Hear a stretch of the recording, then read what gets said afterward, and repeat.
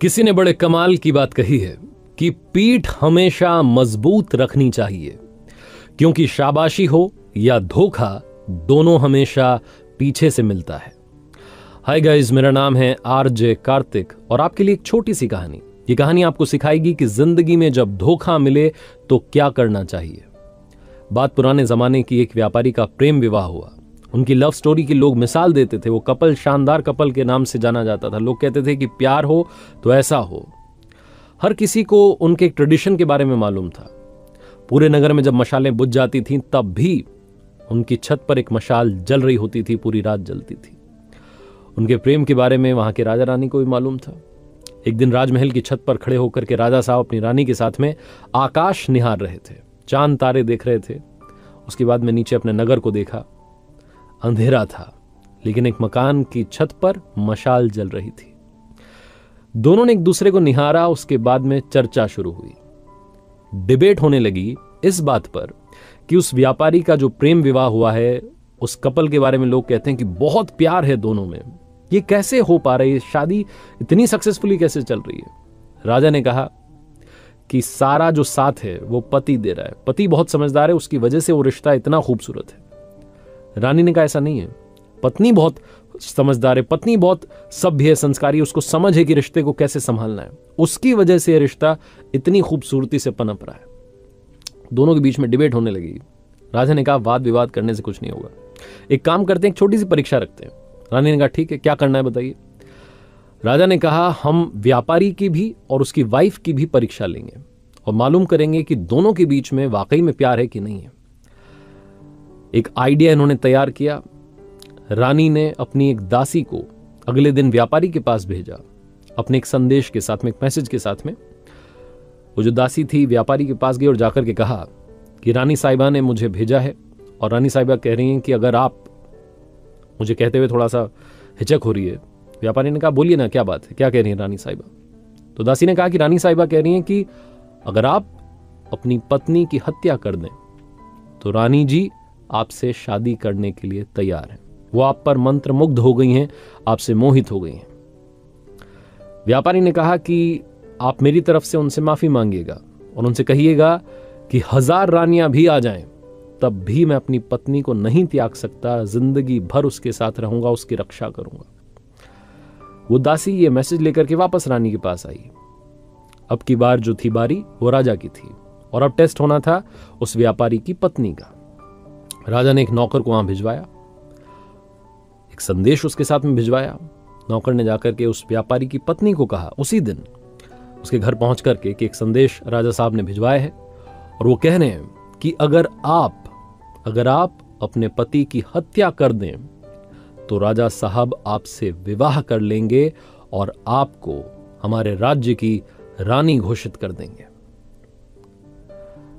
जो व्यापारी की पत्नी थी उसने कहा कि आज रात में 2 से 3 बजे के बीच में हमारे घर की छत पर जो मशाल जलती रहती है वो बुझ जाएगी और जब वो बुझ जाए तो समझ जाइएगा कि मैंने अपने पति की हत्या कर दी है। मैं राजा साहब का ये जो प्रस्ताव है इसे मानने के लिए तैयार हूं। नौकर ये मैसेज लेकर के दौड़ करके राजमहल गया, राजा को बताया कि वो व्यापारी की पत्नी आपका प्रस्ताव स्वीकार कर चुकी है और आज रात में वो अपने पति की हत्या कर देगी, उसने कह दिया है। राजा ने फटाफट से अपने सैनिकों की एक टुकड़ी तैयार की और कहा कि देखिए हमें बचाव के लिए तैयार रहना है। जैसे वो मशाल बुझेगी फटाफट से उस व्यापारी घर में जाना है, उसको बचाना है, उसकी जान बचानी है। सबने कहा ठीक है। राजा राजमहल की छत पर चढ़ा, रानी भी साथ में थी। दोनों देख रहे थे कि क्या वाकई में वहां मशाल बुझेगी या नहीं बुझेगी। चौंकने वाली बात यह थी कि 2 से 3 बजे के बीच में मशाल बुझ गई, क्योंकि व्यापारी जब वापस आया था अपनी दुकान से तो खाना वाना खाने के बाद जब सोने चले गए थे, सारी बातें वैसी ही चल रही थी जैसी चलती थीं। लेकिन इस बीच में उस व्यापारी की पत्नी ने खेल कर दिया था। व्यापारी की पत्नी ने एक फांसी का फंदा तैयार किया था और 2 से 3 बजे के बीच में अपने पति को ही फांसी पर लटका दिया था। जैसे ही वो मशाल बुझी, राजा के सैनिक दौड़ करके उस व्यापारी के घर में गए। व्यापारी की पत्नी को तो गिरफ्तार कर लिया, लेकिन उस व्यापारी की जान को नहीं बचा सके। उस रात राजा को नींद नहीं आई। अगली सुबह उसका दिमाग गर्म था, गुस्से में था, खुद से उसको गुस्सा आ रहा था कि ये क्या हो गया। उसे महिलाओं को देखने का मन नहीं कर रहा था, उसे नारी से नफरत हो गई थी। उसे लग रहा था कि ये क्या धोखेबाजी हुई है, ऐसा नहीं होना चाहिए था। बहुत गुस्से में था। जो उनके राज्य का सबसे बुद्धिमान मंत्री था, जो सबसे बड़ा मंत्री था, उसको बुलाया और कहा कि सुनो, अभी जंगल में जा रहा हूं शिकार के लिए, वापस आऊंगा शाम में, तब तक हमारे नगर में जितनी महिलाएं हैं सबके गले कटवा दो, सबको फांसी पर लटकवा दो, ये मेरा आदेश है और आपको मानना होगा। राजा को पता नहीं क्या हो गया। राजा घोड़े पर सवार होकर के जंगल की तरफ निकल गया। यहां मंत्री के होश उड़ गए। उसे समझ नहीं आया कि ये क्या हो रहा है। राजा साहब ने क्या उलूल जुलूल सा आदेश दे दिया, उन्हें महिलाओं से नफरत हो गई। मंत्री अपने बूढ़े पिता के पास गया, जो कि एक वक्त में उस राज्य का मंत्री था, और जाकर के कहा कि पिताजी, राजा पागल हो गया है। राजा कह रहा है कि जितनी भी नारियां हैं, जितनी महिलाएं हैं, उन्हें खत्म कर दो, उसे नारी जाति से नफरत हो गई। वो जो बूढ़ा पिता था उस मंत्री का, उन्होंने कहा कि बेटा एक काम करो, सबसे पहले तो तुम छुप जाओ, क्योंकि राजा आएगा तो गुस्सा तुम पर निकालेगा। मैं उससे बात कर लूंगा, तुम परेशान मत होना। शाम में राजा वापस आया और आकर के देखता है कि उसके नगर में वैसे ही महिलाएं घूम रही हैं। उसका गुस्सा और बढ़ गया। अपने राजमहल में मंत्री को ढूंढा, नहीं मिला तो उसके घर पहुंचा। घर जाकर के पूछा तो मालूम चला कि मंत्री वहां नहीं था, वहां था उस मंत्री का बूढ़ा पिता। उस मंत्री के बूढ़े पिता के पास राजा गया। उस मंत्री के बूढ़े पिता ने कहा, राजा साहब की जयकार हो। राजा साहब कैसे आना हुआ? राजा तो गुस्से में भरा हुआ था। उसने बोला कि तुम्हारा बेटा कहां गया? उसको मैंने एक आदेश दिया था, उसने माना नहीं, अब मैं उसका गला सबसे पहले कटवाऊंगा, मुझे उससे नफरत हो रही है। मंत्री के बूढ़े पिता ने राजा से कहा कि मुझे मालूम है आप क्यों परेशान हैं। आपके एक फैसले की वजह से एक व्यक्ति की जान चली गई, और आपके सामने जो आपको लगता था कि प्यार वाला रिश्ता है, वो धोखेबाजी वाला रिश्ता निकला है। आप वो जो धोखा मिला है उससे परेशान हैं। इस बात से आपको अंदर ही अंदर इस बात ने इतना परेशान कर दिया है कि आप सारी नारियों को खत्म करना चाहते हैं। लेकिन राजा साहब, आपका आदेश माना जाए उससे पहले, क्योंकि मैं आपके पिताजी के राजपाट जब उनका था, उस वक्त में मंत्री था, तो मेरी एक छोटी सी बात सुन लीजिए। कहानी मैं आपको सुना देता हूं, आपको सब समझ में आ जाएगा। राजा ने कहा, सुनाइए फटाफट से, क्या बात है आपके पास।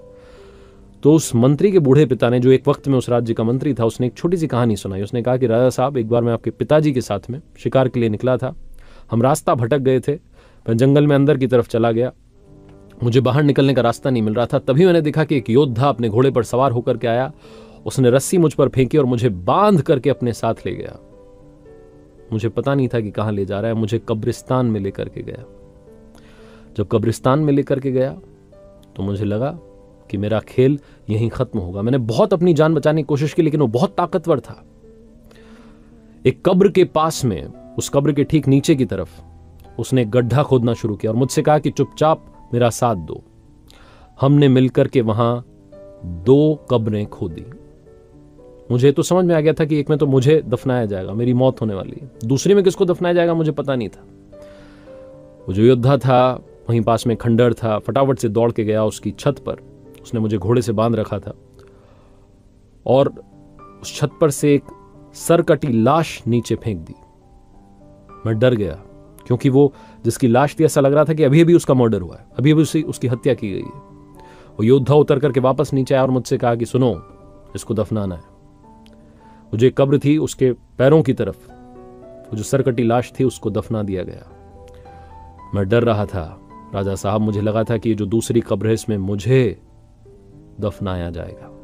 लेकिन उस योद्धा ने जो मुंह पर कपड़ा बांधा हुआ था, उसे हटाया। वो एक खूबसूरत कन्या थी, महिला थी। उसने कहा कि घबराओ मत, मुझे मालूम है तुम कौन हो। तुम इस राज्य के मंत्री हो और इस राज्य के राजा को जाकर के मेरा संदेश देना। उनके एक राजकुमार ने मेरी हंसती खेलती जिंदगी को बर्बाद कर दिया, और राजकुमार मुझे पाना चाहता था, इसलिए मेरे पति की हत्या कर दी।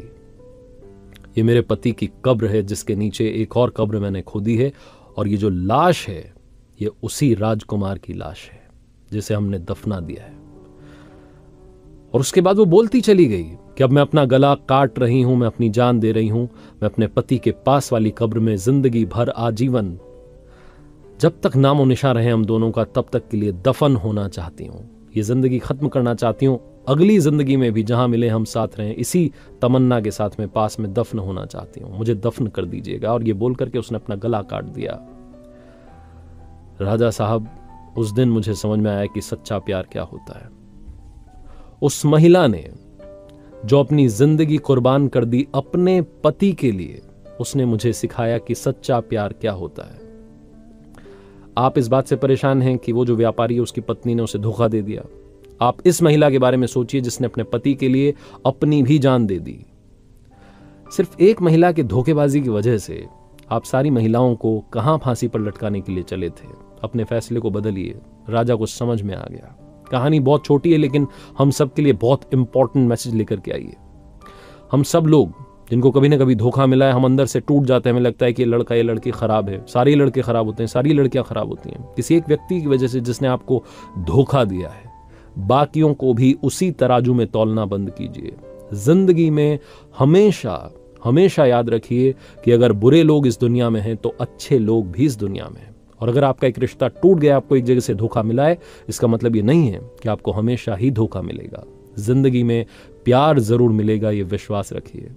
और अगर आपको प्यार मिल जाए तो प्यार करो इतना कि दुनिया करना चाहे आपके जितना। याद रखिए, हर सोमवार सुबह 9:30 बजे आरजे कार्तिक के सोशल मीडिया हैंडल्स पर देखिए एक नई कहानी।